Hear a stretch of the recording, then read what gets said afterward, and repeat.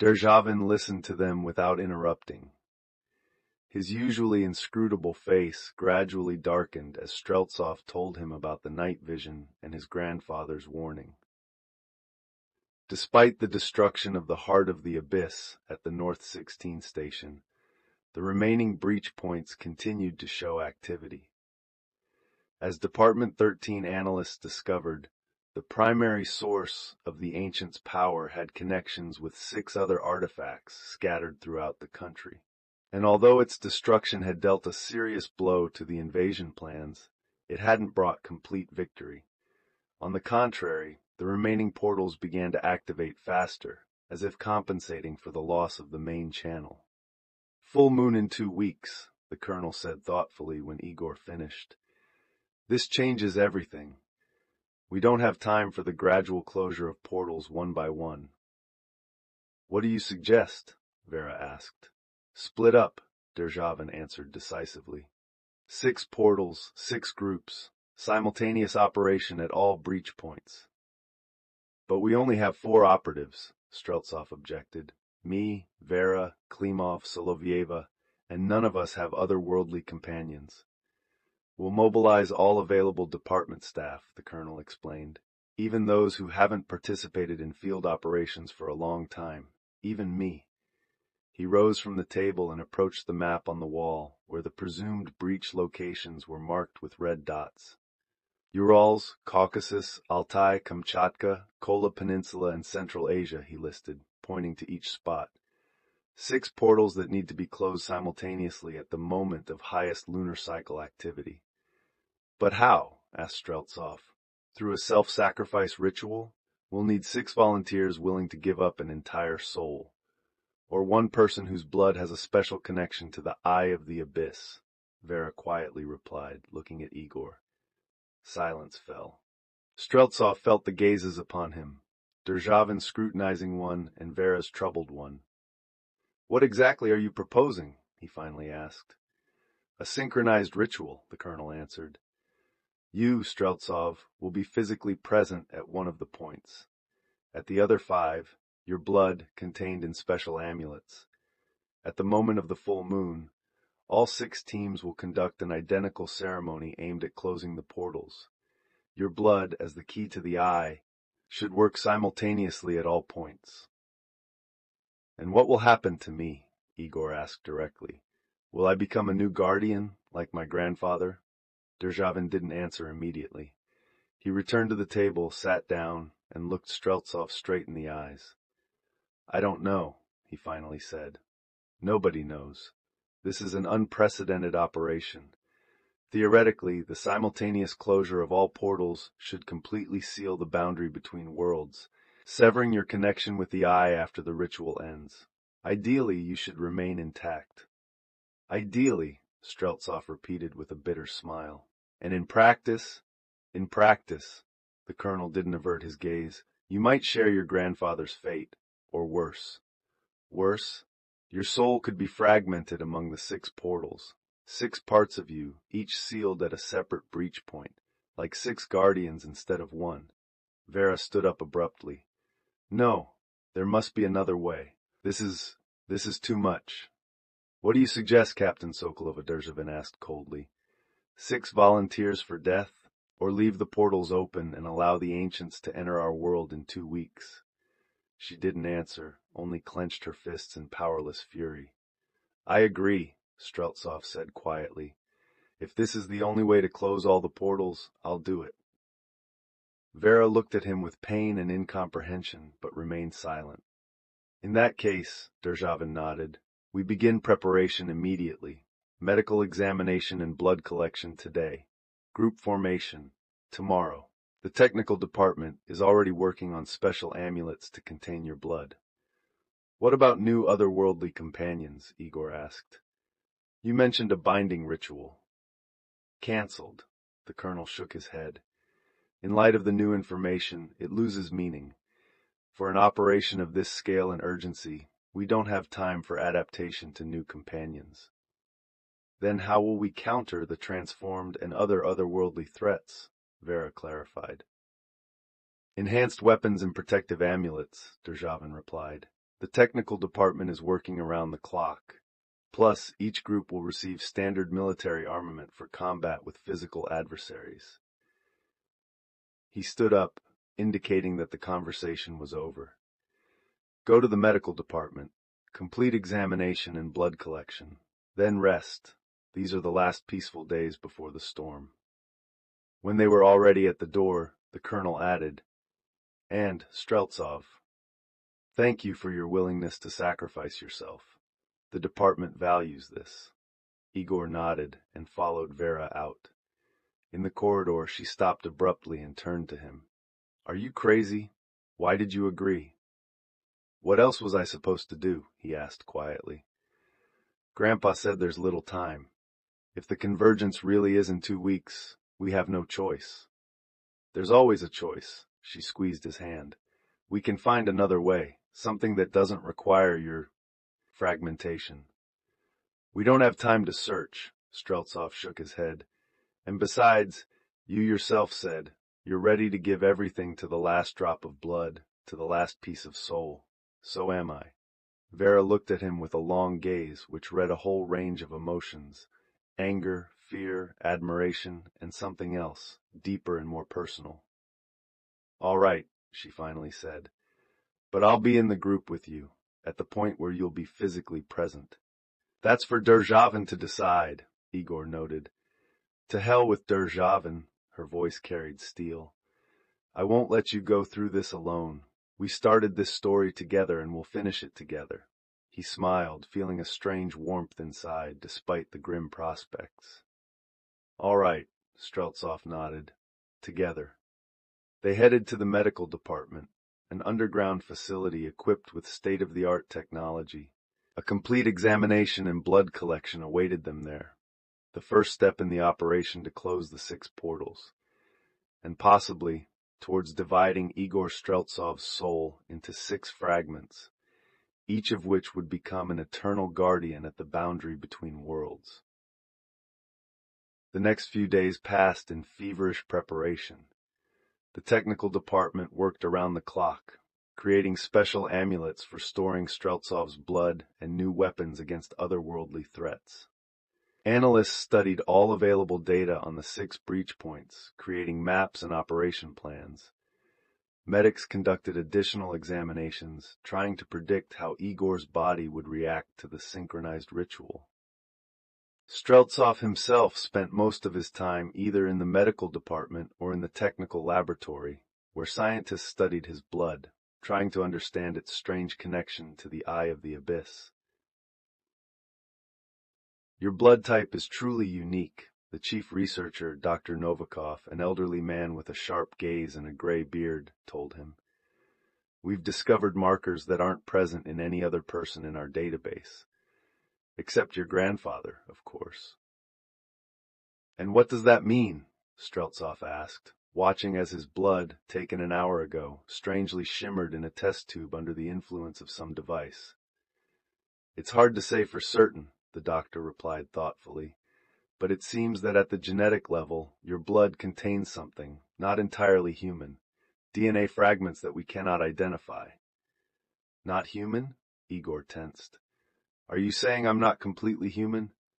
"Oh, you're absolutely human," Novikov hastened to assure him. "But with some, let's say, unusual inclusions in your genetic code. This could have happened several generations ago. Perhaps one of your ancestors came into contact with otherworldly entities much more closely than just through a medallion." Streltsov felt a chill run down his spine. The thought that not only human blood flowed in his veins was disturbing. "And this is connected to the eye of the abyss?" he asked. "Definitely," the doctor nodded. "When we subject your blood to radiation similar to that emitted by the eye, it reacts. See this shimmer?" He pointed to the test tube. "This isn't just an optical effect. This is a reaction at the quantum level. Your blood and the eye form something like a quantum pair. Changes in one affect the state of the other, regardless of the distance between them." "Like entangled particles?" "Exactly," Novikov smiled, pleased with Streltsov's understanding. "Only in a much more complex form. This could explain why your grandfather was able to establish a connection with you through the barrier between worlds. And why my blood can close the portals. Yes, theoretically, if this connection is properly activated simultaneously at all points, we'll get a resonant effect that could either completely close the boundary between worlds, or... He didn't finish the sentence, but Igor understood what was left unsaid. Or open it even wider. Streltsov grimly concluded, let the ancients in completely. That's also a possible scenario, the doctor reluctantly admitted. Everything depends on the calibration of the ritual and on your intention. Your will, your desire to close the portals will be a key factor. The stronger your determination, the greater the chances of success. And what will happen to me? Igor asked. The colonel talked about soul fragmentation. That's the most likely outcome. Novikov removed his glasses and tiredly rubbed his eyes. Your consciousness, your personality will be distributed among the 6 portals. Each fragment will contain a part of you, but not the whole. It's similar to what happened to your grandfather, but on a 6-fold scale. And it's irreversible? Most likely, yes. The doctor looked at him with sympathy. I'm sorry, Lieutenant. I wish I could offer a more optimistic prognosis, but science doesn't know a way to reverse such fragmentation. It will be forever. Streltsov silently nodded. He had already accepted this knowledge, this inevitability. If the price of saving humanity was his soul, divided into 6 parts, so be it. Leaving the laboratory, he headed to the training hall, where Vera and other operatives were studying new weapons developed by the technical department. Ah, Streltsov! Klimov called out when Igor entered the hall. Come here, look at this beauty. The major held an unusual pistol in his hands, more massive than a standard PM, with strange energy elements along the sides of the barrel. Pulse disintegrator, the technician standing nearby proudly presented the weapon. It fires directed quantum pulses that temporarily destroy the connection between particles of matter, especially effective against the transformed and other otherworldly creatures. Effective, that's an understatement, Klimov smirked. It literally tears them into atoms. Watch. He aimed the pistol at a target, a mannequin hanging at the far end of the hall. He pressed the trigger. The weapon emitted a low humming sound, then fired an almost invisible beam. The mannequin instantly disintegrated into millions of tiny particles that slowly settled on the floor. Impressive, Streltsov nodded, but this requires precise aiming. Plus it has a limited charge, the technician added. 10 shots, then the energy cell needs recharging, but for critical situations, an indispensable thing. What else do you have? Igor asked, examining other weapons laid out on the tables. Time displacement grenades, the technician pointed to small spherical devices. They create a local temporal anomaly, slowing down movement of everything within a 10-meter radius. People are also affected, but if you take a counteracting drug beforehand, he showed ampules with a bluish liquid, the effect will be minimal. And this, Solovieva interjected, holding a compact submachine gun of unusual design, is an improved version of the Val, modified silver bullets with an energy trail, effective against most otherworldly creatures. Streltsov examined other developments, body armor with protective runes woven in, helmets with otherworldly influence filtration systems, special grenades for creating temporary barriers between worlds. Impressive, he said after completing the inspection. The technical department has outdone itself. We had no choice, the technician shrugged. The loss of your otherworldly companions had to be compensated with technology, though of course it's not a full replacement. Where's Vera? Asked Streltsov, not seeing her among those training. With Derzhavin, Klimov replied. Seems they're discussing the composition of the operation groups. Igor nodded and headed for the exit. He wanted to find Vera, talk to her about the results of his blood research, about the possibility that not only human blood flowed in his veins, about what awaited him after the ritual, But she wasn't in Derzhavin's office, nor in the cafeteria, nor in the residential block. Finally, Streltsov found her in the archives, a huge room with rows of shelves filled with folders, documents, books. Vera sat at a table immersed in studying some ancient folio. "What are you looking for?" Igor asked, approaching closer. She startled, not having heard his approach. "An alternative," Vera briefly replied, not looking up from the book. "There must be another way, something that doesn't require dividing your soul into 6 parts." Streltsov sat next to her, looking at pages covered with strange symbols and drawings. "What is this?" "A 17th century grimoire," Vera explained, "written by an alchemist who presumably contacted otherworldly beings. It describes various rituals for interaction with other worlds, including closing portals." "And have you found anything useful?" "Not yet," she tiredly rubbed her eyes. "Most of the described methods require either human sacrifices or the intervention of otherworldly beings, which we no longer have." Streltsov took her hand, making her look at him. "Vera, I appreciate your efforts, truly, but perhaps we should accept the inevitable. My fate is already decided." "No," she shook her head. "I don't accept that. There must be a way to close the portals without your self-destruction." "And if there isn't?" Igor gently asked. "If the only way to save the world is to accept the sacrifice?" Vera was silent, looking at their clasped hands. Then she quietly said, "Then I'll share it with you." "What do you mean?" "I spoke with Dr. Novikov." She raised her eyes, in which determination could be read. "If your blood is mixed with mine in the right proportion, theoretically, the ritual can be modified so that the fragmentation is distributed between us. 3 portals, you, 3. Streltsov felt everything tighten inside. "No, Vera, I won't allow you to do this." "It's not for you to decide." She squeezed his hand tighter. "My soul, my life, my choice, and I choose to share this burden." "But why?" Igor exhaled. "Why are you ready for such a sacrifice?" Vera looked at him for a long time, as if deciding on something. Then she quietly said, "Because I love you, Streltsov, and I can't let you disappear completely. Even if we both become just fragments of ourselves, at least we'll be together, in some sense." Igor froze, struck by this confession. He knew there was something more between them than just work or friendship, but didn't expect Vera to say it like this, openly. "Me too," he finally replied. "I love you, and that's exactly why I can't let you share this fate." "Either both of us or neither," Vera said stubbornly. "I've already spoken with Derzhavin. He, reluctantly, but agreed. Said that in theory it might work even better than the original plan." Streltsov shook his head, feeling a mixture of admiration, gratitude, and horror at her determination. "You're the most stubborn woman I've ever met," he finally said with a slight smile. "That's why we work well together," Vera replied, also smiling. "You're just as stubborn."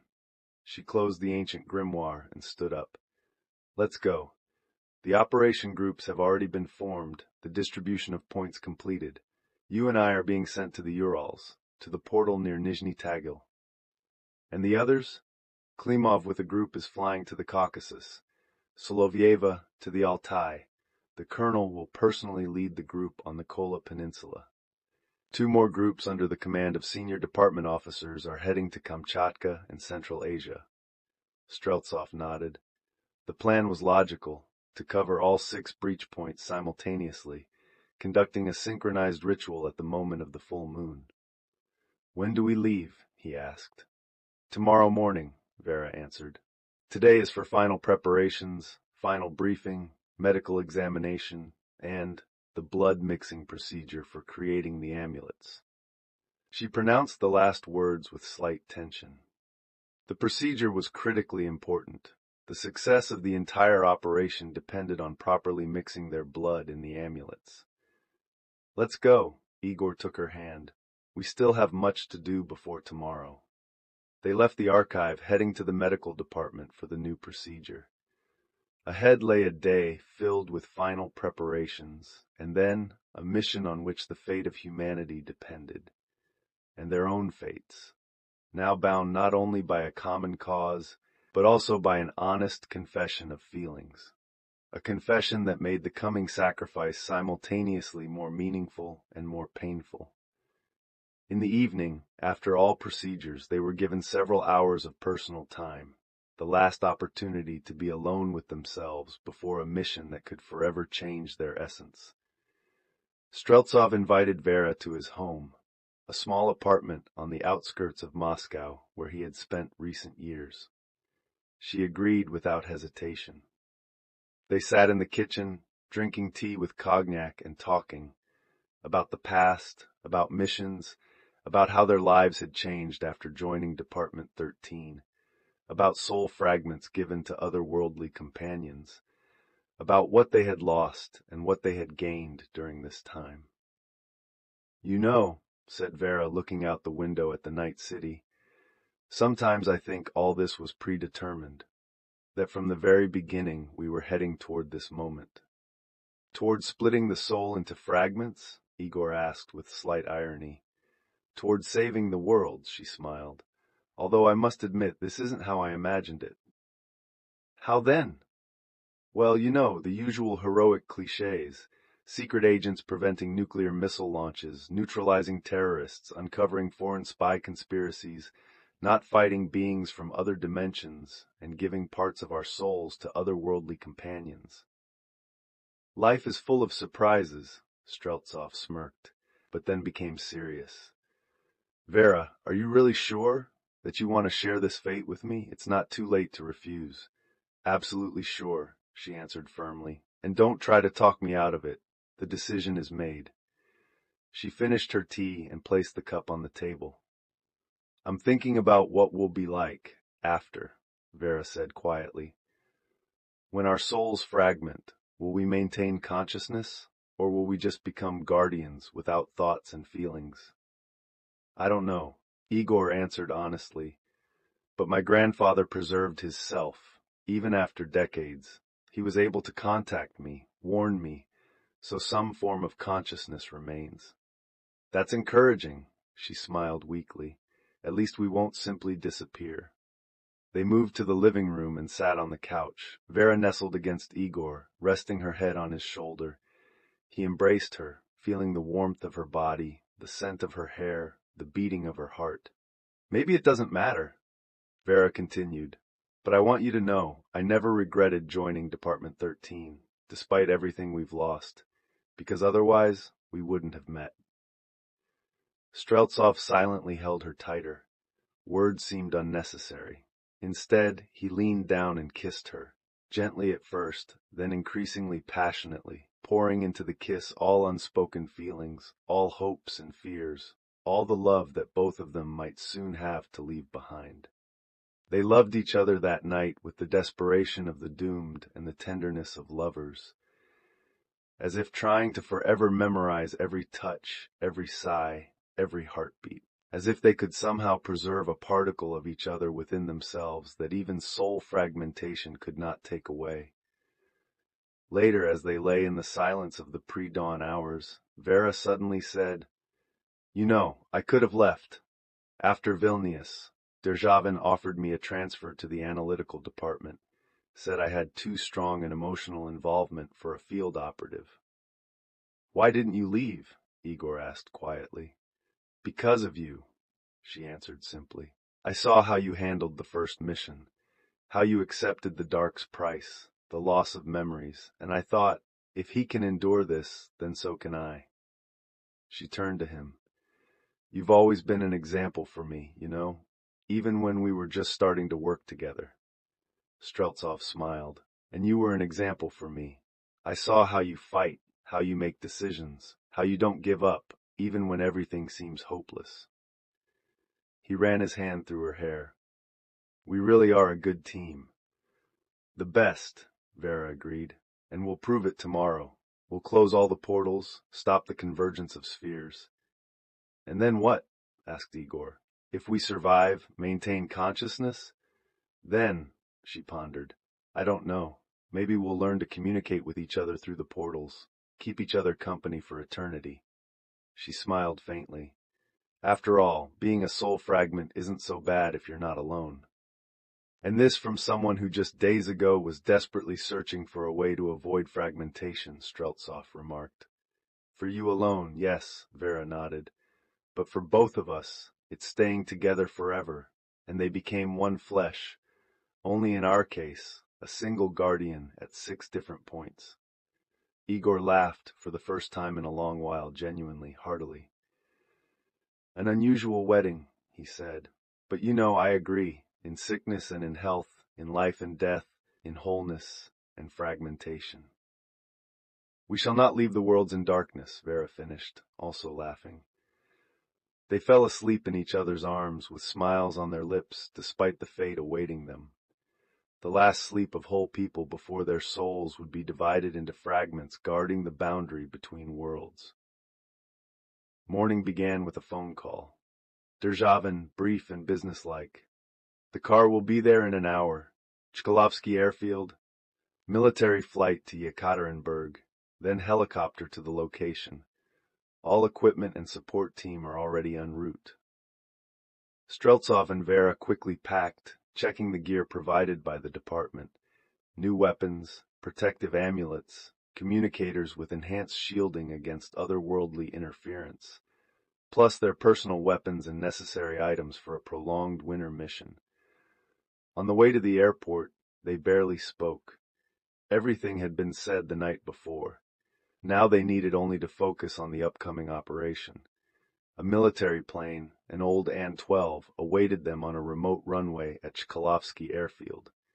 Inside, 4 people were already waiting, the support team, specially trained department operatives.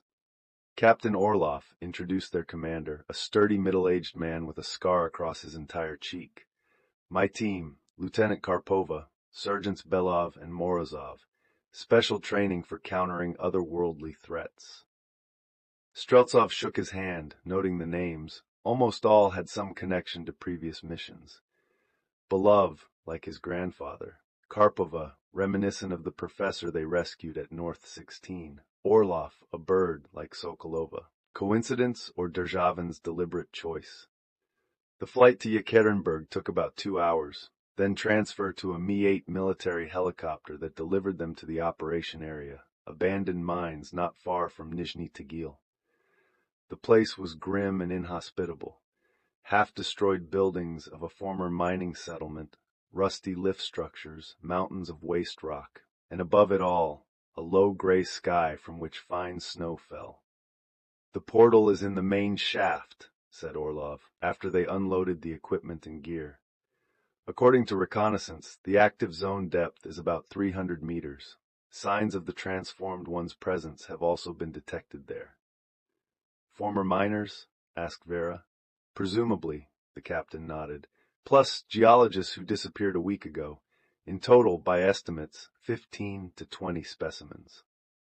He unfolded a map of the area on the hood of the all-terrain vehicle that had transported them from the helicopter pad to the mines.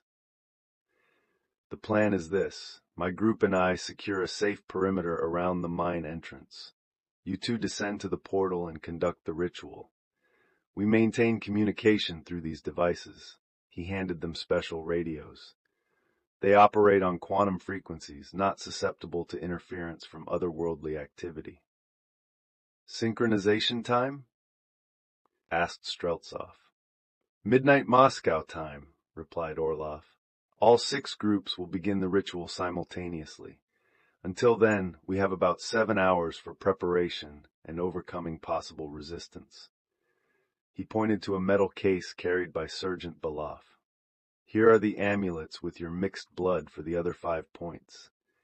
They were delivered by special flights immediately after the procedure. Also here are ritual implements and an activator that will trigger the resonance effect at the moment of the full moon.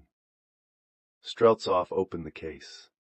Inside lay 5 identical amulets, metal discs with a blood reservoir in the center and a complex system of runes around the edges, plus a 6th amulet, more complex, with 2 reservoirs, obviously for use at their location. Also in the case were ritual daggers, chalk for drawing symbols, and a small device resembling a compass, but with a digital display and multiple settings. The activator, Orloff explained, pointing to the device. At midnight, all 6 groups will turn on their devices. They're synchronized through quantum entanglement. A change in one will instantly reflect in all, regardless of distance. Similar to what connects my blood with the eye of the abyss, noted Igor. Exactly, the captain nodded. The technical department used the principle of this connection when developing the activators. They will amplify the resonance and direct it toward closing the portals, not opening them. I hope so, Vera added grimly. They began unloading the rest of the equipment. Tents for a temporary camp, generators, perimeter surveillance and defense systems, plus special equipment for descending into the mine, flashlights, breathing apparatus, climbing gear. By evening, the camp was set up, the perimeter secured, and Streltsov and Vera fully equipped for descent. They went through the final briefing, checked communication with Captain Orloff and his team. Remember, said Orloff as they stood at the mine entrance, your main task is to reach the portal and conduct the ritual exactly at midnight. Any resistance from the transformed ones or other creatures is secondary. If necessary, we'll distract them. Are you sure you can handle it? Asked Vera, looking at the 4 operatives. There could be almost 24 of them. We have this, the captain patted the pulse disintegrator on his belt. Plus training and experience. Don't worry about us. Focus on your part of the mission. Streltsov and Vera checked their equipment once more, then turned on their headlamps and stepped into the dark maw of the mine. An iron ladder led down into the blackness, broken only by the dim beams of their flashlights. Let's go, said Igor, beginning the descent. The first 100 meters passed without incident. An ordinary abandoned mine, rusty structures, rotted wooden supports, the smell of dampness and decay. But the deeper they descended, the more distinct became the sensation of an alien presence. The air grew warmer, instead of the expected cold of the underground. And a strange smell appeared, something between ozone and seawater. The same smell that Streltsov had sensed in the underground cave at North 16. Do you feel it? Vera quietly asked when they reached the 200-meter mark. Yes, Igor nodded. The portal is active, and it seems there's a higher energy level here than at North 16. Or it's just closer to full opening, she noted grimly. Full moon in a few hours. They continued their descent. At the 250-meter mark, the ladder ended, and a horizontal tunnel extended into the depths of the mountain. It was from there that a strange greenish light emanated, not electric, but similar to the glow they had seen in Karelia and at the northern station. Be ready, Streltsov whispered, drawing the pulse disintegrator. The transformed could be anywhere. Vera nodded, also arming herself. They moved slowly down the tunnel, carefully examining every ledge, every niche in the walls.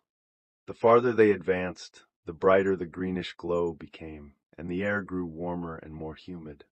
Suddenly, the tunnel widened, revealing a huge cave, natural or carved out by miners many years ago.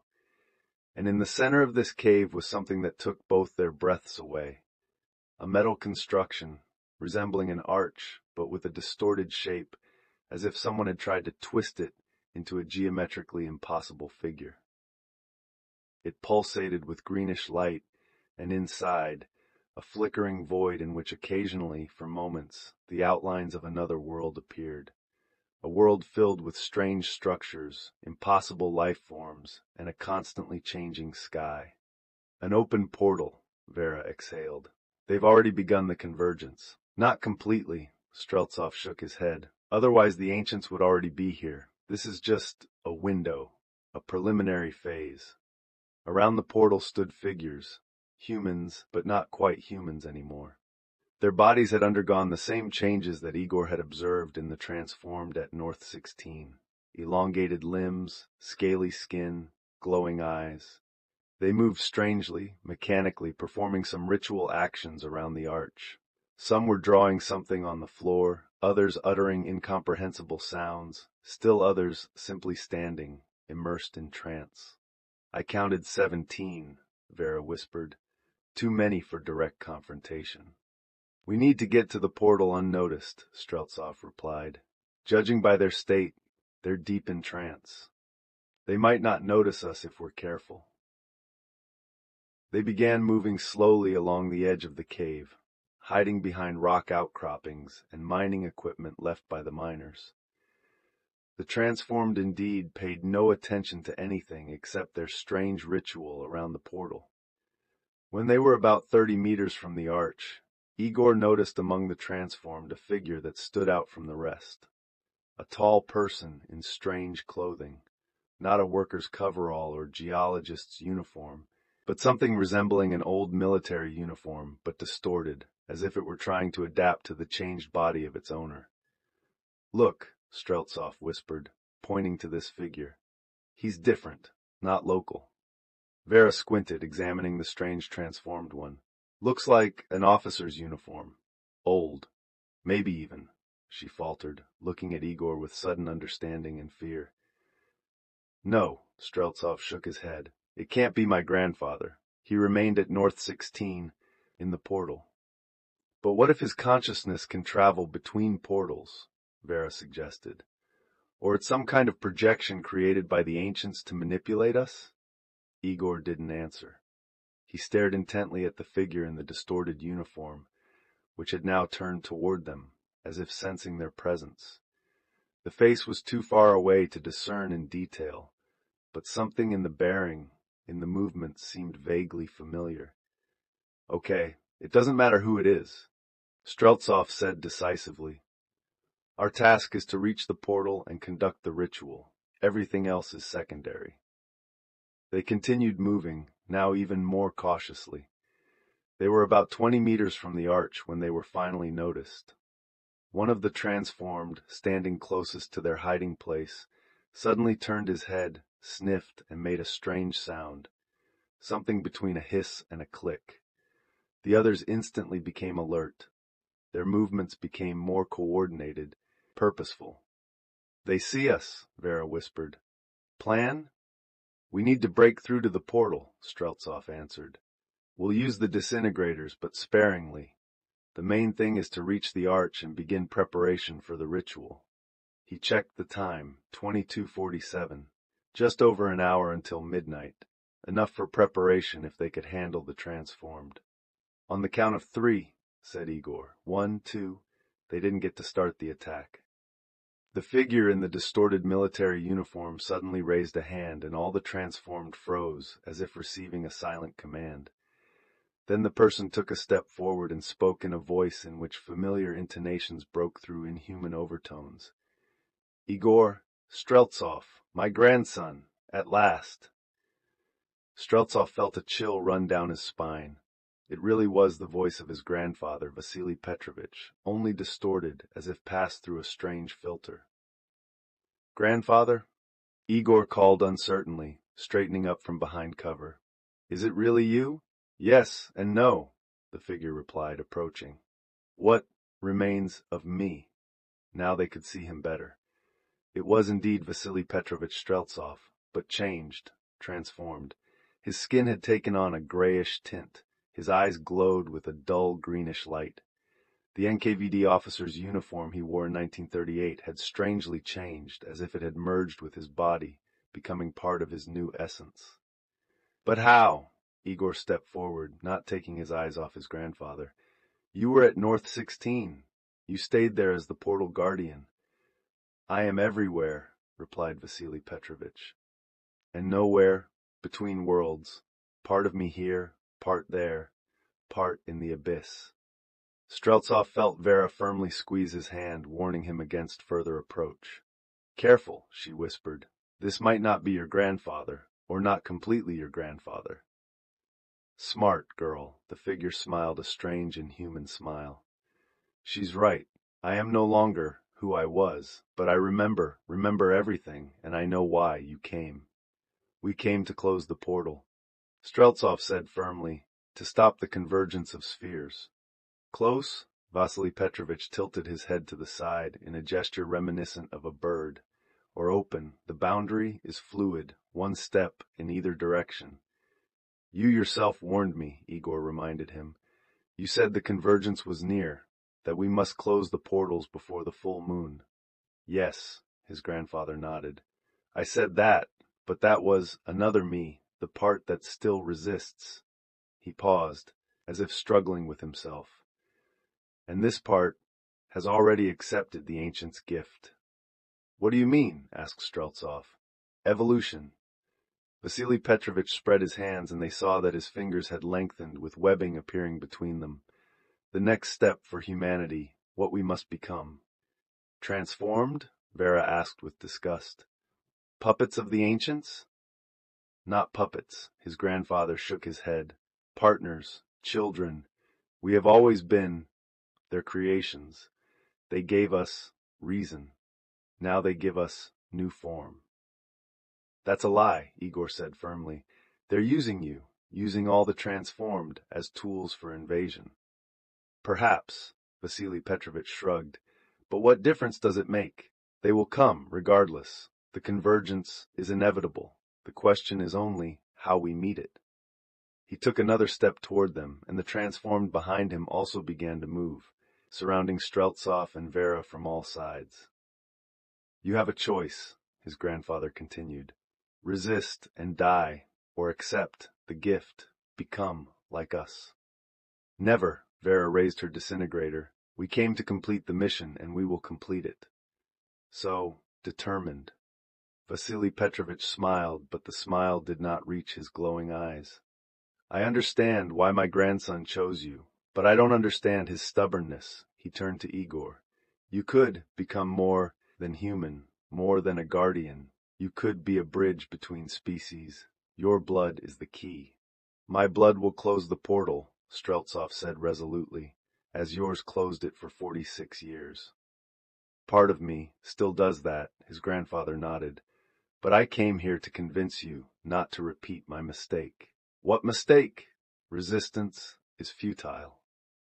Vasily Petrovich spread his hands. I realize this after decades of struggle. The ancients are too powerful, too ancient. We are just moths flying toward the flame. Streltsov checked the time, 23:05. Less than an hour until the ritual. They were losing time. We need to pass, he said firmly, with your permission or without it. And if I don't allow it? His grandfather tilted his head. If all of us stop you? Then we'll fight, Vera answered, raising her weapon. And believe me, we won't surrender without a battle. Vasily Petrovich looked at her intently, then at his grandson. Something flickered in his eyes, regret, pride, fear. I see determination, he said slowly. The same that I had when I first encountered the eye. He paused. Perhaps part of me is still human. Suddenly he made a sign with his hand, and the transformed parted, opening a path to the portal. Go, said Vasily Petrovich. Do what you must. You have little time. Why? Streltsov asked incredulously. Why are you letting us through? Because I am still your grandfather. More human intonations appeared in his voice. And because the decision must be yours, not imposed by the ancients or by me. He stepped aside, allowing them to pass. But remember, added Vasily Petrovich, whatever choice you make, it will change everything forever. Vera and Igor exchanged glances, not believing their luck. Then, keeping their weapons ready, they carefully moved past his grandfather and the other transformed toward the portal. Do you understand what's happening? Vera whispered when they approached the arch. Why did he let us through? I'm not sure, Streltsov replied. Perhaps part of his consciousness really is still resisting the ancients' influence, or it's some more complex game that we don't yet understand. Either way, we need to prepare for the ritual. Vera looked at her watch. We still have almost an hour. They took the necessary items for the ritual from their backpacks. Chalk for drawing symbols, ritual daggers, an amulet with 2 reservoirs for their blood, and the activator. They laid them out on a small rock outcropping next to the portal, which served as a kind of altar. The transformed observed their actions from a safe distance, not interfering, but not taking their glowing eyes off them either. Vasily Petrovich stood slightly closer than the others, his face expressing a strange mixture of sadness and resignation. "Let's start with drawing the symbols," said Vera, unfolding the diagram provided by the technical department. A large circle 3 meters in diameter inside, a 6-pointed star in the center, the amulet. Streltsov took the chalk and began drawing on the stone floor of the cave. The symbols were complex, not just geometric figures, but intricate runes interwoven into a single pattern. Each line had to be drawn precisely, without mistakes, otherwise the entire ritual could go wrong. Meanwhile, Vera was configuring the activator, checking the instructions and occasionally glancing at the portals. "Strange," she noted. "They really aren't interfering, as if they're waiting for something." "Or someone," Igor added grimly, continuing his work. "Maybe the ancients themselves are watching us through them." He finished with the main symbols and was now adding details, small runes along the edge of the circle, representing the 6 breach points, connected by lines forming a perfect hexagon. "Time?" Streltsov asked, completing the last symbol. 23:28, Vera answered. 32 minutes until synchronization. She unfolded a portable radio and contacted the group on the surface. "Orlov, what's the situation?" "All clear," the captain responded. "No activity on the surface. How are things with you?" "Almost ready," Vera replied. "The transformed are present but not interfering. Preparation for the ritual is proceeding as planned." "Understood. We're in position, ready to ensure evacuation after the operation is completed." Vera turned off the radio and looked at Igor. Their gazes reflected an unspoken understanding. Evacuation would likely be needed for only one of them, or neither. "Is the amulet ready?" asked Streltsov. "Yes." She handed him the metal disc with 2 reservoirs. "All that's left is to add fresh blood." They took the ritual daggers, thin blades with handles covered in runes. According to instructions, the cuts had to be made with these knives specifically to charge the blood with the necessary energy. "Wait!" Vasily Petrovich's voice suddenly sounded. He approached the edge of the ritual circle but did not cross it. "I must tell you before you begin." Streltsov and Vera tensed, ready for any attempt to disrupt the ritual. But his grandfather looked not aggressive, but rather troubled. "The ritual is not as simple as it seems," he said slowly. "Your souls will be fragmented, that's true, but there is another danger." "What?" asked Igor. "The ancients can use the moment of resonance." Vasily Petrovich spoke with visible effort, as if fighting something inside himself. "When all 6 portals are connected through your blood, a reverse effect may occur." "Reverse effect?" Vera asked. "You mean the portals could open wider instead of closing?" "Yes," his grandfather nodded. "Everything depends on intention and willpower of the one conducting the ritual." He looked intently at his grandson. "Your blood is more powerful than you think. It contains the legacy of other worlds from times before my birth. You can close the portals or open them completely." "You're speaking in riddles," Streltsov frowned. "What legacy?" "No time to explain." Vasily Petrovich shook his head. "But remember, when the moment of choice comes, listen to your heart, not your mind. The soul knows the truth." He stepped back, returning to the other transformed, who all this time had stood motionless, like statues. Vera and Igor exchanged worried glances. "What does that mean?" she asked. "I don't know," Streltsov answered honestly. "But we must continue. We have no choice." They returned to their preparations. Igor checked the drawn symbols, making sure everything was done correctly. Vera configured the activator, linking it to the amulet through quantum entanglement. 23:50, she said, looking at the clock. "Time to begin." They stood in the center of the ritual circle, holding the daggers. According to instructions, they had to make the cuts simultaneously at the moment when the clock showed 23:55, 5 minutes before activation. "Ready?" asked Vera, looking into his eyes. "Ready." They froze, watching the clock.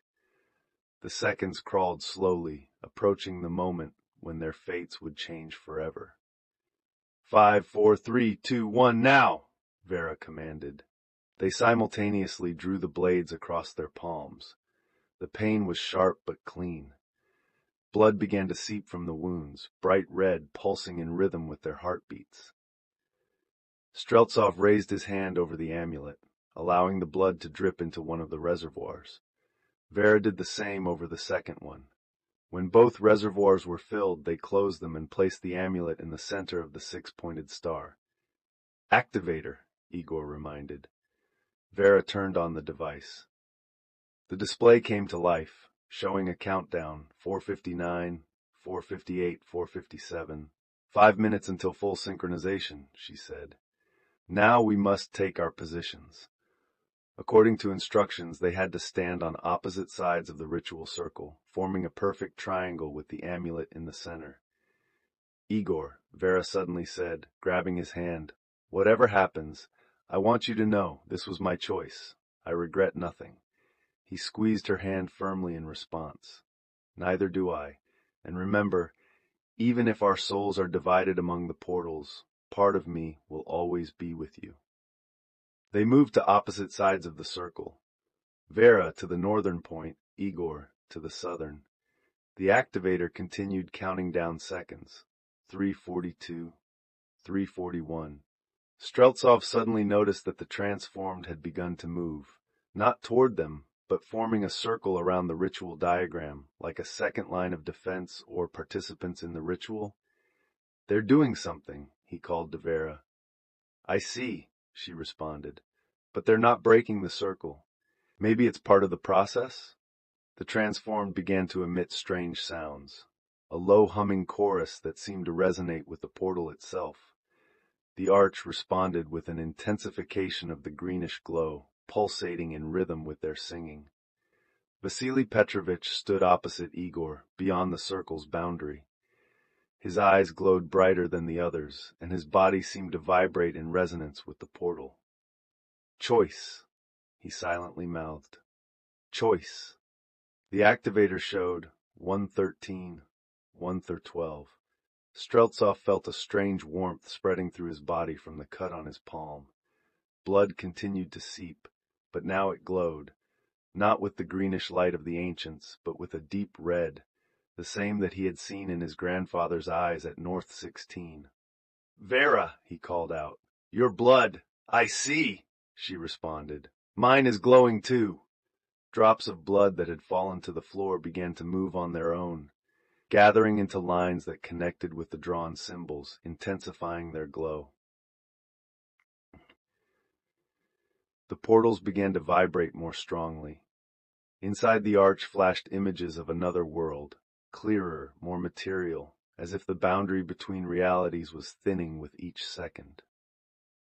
"Igor," Vera's voice was barely audible through the growing roar. "Whatever happens, I love you." "I love you too," he shouted back. 0, 3. 0, 1. At the moment the timer zeroed out, all the symbols on the floor flashed with blindingly bright light. The amulet in the center flew into the air, spinning faster and faster. The blood inside the reservoirs glowed and pulsated, spreading waves of energy in all directions. Streltsov felt something pulling at him. Not his body, but something deeper, more essential. His consciousness, his soul began to stretch, elongate, as if being pulled in 6 different directions simultaneously. He saw the other portals, in the Caucasus Mountains, in the steppes of Central Asia, on the volcanic slopes of Kamchatka, among the Altai forests, on the snow-covered expanses of the Kola Peninsula. He saw teams of operatives conducting identical rituals. He saw amulets with his and Vera's blood, glowing with the same fierce light. And for a moment, he saw something more, huge figures on the other side of all the portals. beings beyond description, composed of geometric shapes impossible in three-dimensional space. The ancients, watching the ritual with eager interest. "Choice," his grandfather's voice sounded in his head. Choice Streltsov suddenly understood what was happening.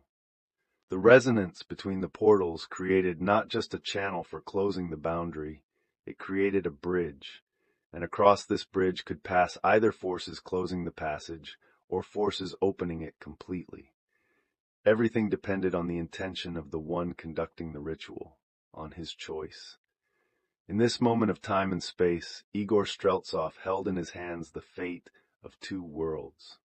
Close the portals, stop the convergence, and forever become fragmented guardians at the boundary between worlds, or open them completely and allow the ancients to enter, change humanity, evolve it into something else, something transformed. Listen to your heart, not your mind. The soul knows the truth. He looked at Vera. Even through the blinding radiance of the ritual, he could see her face, determined, loving, ready for anything to save the world. For him. And in that moment, he made his choice. Streltsov directed all the power of his will, all the energy of his blood, all the determination of his soul toward one goal: to close the portals, to seal the boundary between worlds, to stop the convergence of spheres. The resonance reached its peak. The amulet in the center of the circle exploded in a shower of sparks, ejecting blood in all directions.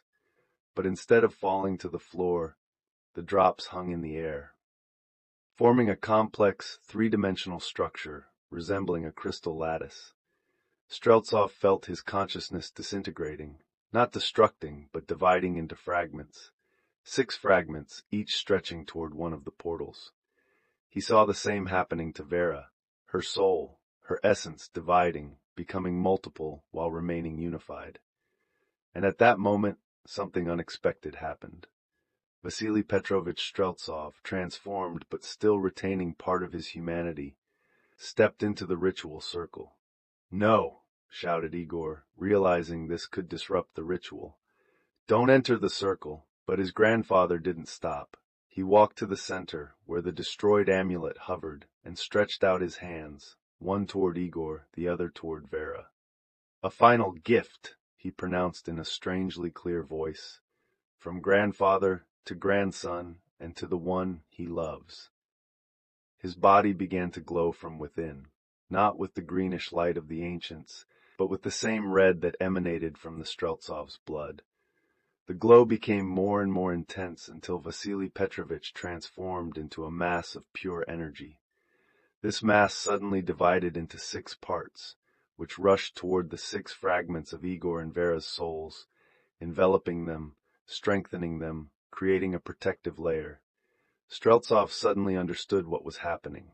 His grandfather was giving them himself, his essence, his energy. He was becoming a shield for their fragmented souls, allowing them to preserve more of their humanity after the division. "Thank you," Igor whispered, feeling tears streaming down his cheeks. "Thank you, grandfather." The resonance reached its absolute peak. The portals began to collapse, first in the Urals where they were, then in the Caucasus, in Central Asia on Kamchatka, the Altai, and the Kola Peninsula, one after another in perfect synchronization.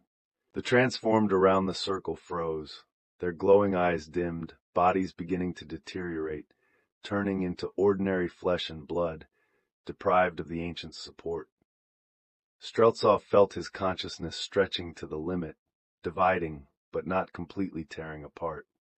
Thanks to his grandfather's sacrifice, he maintained a connection between all 6 fragments of his soul, weak, almost weightless, but real. The last thing he saw before his body collapsed on the stone floor of the cave was Vera's face, reflecting the same understanding. They had maintained their connection.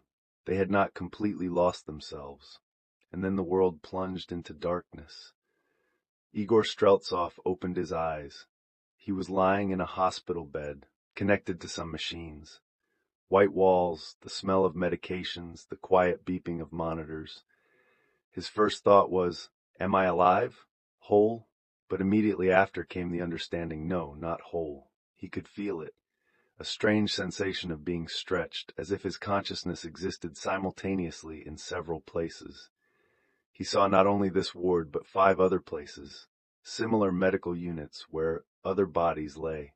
His bodies, 6 fragments of Igor Streltsov, each at its own breach point, and everywhere Vera was beside him, or rather, fragments of Vera. In some places she was conscious, in others still unconscious, but everywhere beside him. "You're awake, Lieutenant," came a familiar voice. Streltsov turned his head with difficulty. Derzhavin was sitting by his bed, tired, aged, but with a satisfied gleam in his eyes. "Did it work?" Igor asked hoarsely. "Did we close the portals?" "All 6, the colonel nodded. "Complete synchronization, perfect execution of the ritual. The convergence of spheres has been stopped. The boundary between worlds has been restored." "For how long?" "As far as we can tell, forever, or at least for a very long time. You and the captain created something unique, a living, conscious barrier between dimensions, 6 points connected through your fragmented souls." "I can feel it," Streltsov said quietly. "Feel the other parts of myself, and Vera, I feel her too." "An interesting effect," Derzhavin said thoughtfully. "We expected complete fragmentation without maintaining connections between the parts. But something happened during the ritual that changed the outcome. Something related to your grandfather." Igor remembered Vasily Petrovich's final gesture, his self-sacrifice, his gift. "Yes," he nodded. "Grandfather, he did this for us, gave the last of what he had left." "Interesting," the colonel leaned closer. "But this outcome is even better. You've retained parts of your consciousness, your personality. This makes you more effective guardians than just mindless sentinels." "What now?" asked Streltsov. "What will happen to us, to these bodies?" "You'll remain in service with Department 13, Derzhavin replied. "Each fragment at its own point, maintaining the integrity of the barrier. We'll build special bases around each breach point, provide everything necessary for your comfort and protection. You'll be our living shields against any future breakthrough attempts." "For our whole lives?" "For all eternity, Lieutenant," the colonel said seriously. "Your bodies no longer age. It's a side effect of the ritual and fragmentation. You've become something more than human, something like living artifacts." Streltsov closed his eyes, grasping the scale of what had happened. Eternity. 6 fragments of his soul, locked in 6 immortal bodies, forever guarding 6 points along the boundary between worlds. "Does Vera know?" he asked. "Yes," Derzhavin nodded. "I spoke with 2 of her fragments that have already regained consciousness. She accepted it with her characteristic dignity." Igor smiled. Of course she had. This was Vera, determined, strong, ready for any sacrifice. "I want to see her," he said. "This fragment of Vera who's here in the Urals." "She's in the next room." The colonel stood up. "As soon as the doctors give permission, you can meet. Until then, rest, Lieutenant. You've earned it." Derzhavin headed for the door, but stopped at the threshold. "And, Streltsov, thank you, on behalf of all humanity, which doesn't even suspect what you've saved it from." When the colonel left, Igor closed his eyes again, focusing on the strange experience of divided consciousness. He could feel his other fragments, their physical sensations, their emotions, fragments of their thoughts, and he could feel Vera's fragments, differently but equally strongly. This wasn't exactly the life he had imagined for himself, but in each of the 6 points of his existence was she, Vera. And that made eternity not a curse, but almost a blessing. "Thank you, grandfather," thought Streltsov, sending this thought through the connection between his fragments, like an echo spreading across all 6 boundary points. "You didn't just save the world, you saved us." And somewhere on the border between worlds, in the space between soul fragments, he seemed to hear a whispered response. "Live, grandson, live long, and take care of her." Igor smiled and drifted into sleep, a sleep experienced simultaneously by 6 bodies in 6 different corners of an enormous country. a dream about the world they had saved, and about love that had survived even the fragmentation of the soul. Epilogue. 10 years later, Department 13's Ural base had transformed into a genuine scientific center for studying the boundary between worlds. Above the former portal site, a complex facility had been built with laboratories, living quarters, and of course, a medical unit for continuous monitoring of the Guardian's condition. Streltsov, or rather, the Ural fragment of Streltsov, had adapted to his new life. His body didn't age, wounds healed with incredible speed, and his consciousness constantly balanced between 6 points of existence. Over the years, the connection between fragments had only strengthened. Now he could not just feel other parts of himself, but communicate with them, exchange experiences, knowledge, emotions. The same happened with Vera's fragments. They were like nodes in a complex network, stretched across an enormous territory, but connected by invisible threads of consciousness. On that day, the Ural Streltsov sat on the observation deck of the base, looking at the snow-covered mountains. Winter here was harsh, but his immortal body no longer felt the cold. "What are you thinking about?" asked Vera, sitting down beside him. Not just Vera, the Ural fragment of Vera, but to him she was whole, real, unique, as he was to her. "About how our life has changed," Igor replied. 10 years like a single day and like eternity simultaneously. "Any regrets?" She took his hand. "No," he smiled. "We saved the world. We're together. What else do we need?" "Maybe a little normalcy?" Vera asked with slight irony. "Normalcy is overrated," Streltsov smirked. "Besides, isn't it interesting to be the first people in history to live in 6 different places simultaneously? And the only people to get married 6 times to the same person at the same time," she added, showing her wedding ring. This was their small victory over fate. 3 years ago, all 6 pairs of Igor and Vera's fragments had officially registered their marriages. Derzhavin was initially against it, considering it unnecessary for beings who had become more than human, but ultimately relented. Perhaps deep down he understood that precisely this humanity, this connection helped them remain effective guardians. "Can you feel them today?" Streltsov asked. "The other fragments?" "Yes," Vera nodded. "The Kamchatka fragment is watching a volcanic eruption. The Caucasian one is hiking in the mountains. The Central Asian is meditating in the desert. The Altai is studying ancient runic writings. And the Kola is fishing," Igor finished for her, "and thinking about us, as always." Vera smiled. Such moments of simultaneous knowledge, shared thoughts between fragments had become commonplace for them. Sometimes they even finished each other's sentences in different parts of the country without realizing it. "Derzhavin called this morning," said Vera, changing the subject. "Said he's coming for an inspection next week, and bringing a new scientist for the research team." "More samples and tests again," Streltsov sighed. "They've been studying us for 10 years and still can't understand how we function." "We don't fully understand ourselves," she noted. "For instance, why does the connection between our fragments strengthen rather than weaken over time? According to all theories, we should have been becoming increasingly isolated." "Maybe it's my grandfather's artifact," Igor suggested. "His final gift? He gave us something more than just energy." "Perhaps," Vera nodded. "Or it's our feelings. The fact that we refuse to be separated, even when physically located in 6 different places."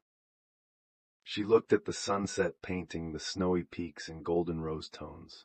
"You know, sometimes I wonder, what will happen in 100 years? In 1,000? Will we still be the same? Or will we change so much that we won't recognize ourselves?" "We'll be together," Streltsov answered simply. "That's all that matters." Vera nestled against him, and they silently watched as the sun disappeared beyond the horizon. 2 guardians whose souls were divided into fragments, but whose love remained whole and indivisible. And far from them, in the depths of the Kremlin, in a secret bunker, Colonel Derzhavin, now a general and director of Department 13, studied the latest monitoring data on the boundary between worlds. The graphs showed complete stability, not a single fluctuation, not a hint of a new breakthrough. Streltsov and Sokolova had done an excellent job. Their sacrifice had ensured humanity's safety for many generations to come. And yet, Derzhavin sometimes wondered if they had made the right choice. To close the boundary, to stop the evolution offered by the ancients, to reject the next step in humanity's development. But then he remembered the transformed, distorted, dehumanized beings who had become puppets of otherworldly forces. And he understood that the choice had been correct. Humanity should develop along its own path, not become an instrument for another civilization. The general closed the folder with reports and set it aside. In the next room, new cases awaited, new threats, more earthly, but no less dangerous. The world was full of secrets, and not all of them came from other dimensions. But whatever might happen in the future, the boundary between worlds remained under reliable protection. 6 guardians, once Lieutenant Igor Streltsov and Captain Vera Sokolova, stood watch, not allowing darkness to penetrate our world. And if sometimes, on particularly quiet nights near the sites of former portals, people noticed strange glowing figures, a man and a woman holding hands, they preferred not to tell anyone about it. Some secrets are better left unrevealed. Especially those that guard our sleep and our lives from beings dwelling beyond the edge of reality. In a world full of secrets and dangers, humanity's safety remained in the reliable hands of the guardians of the edge.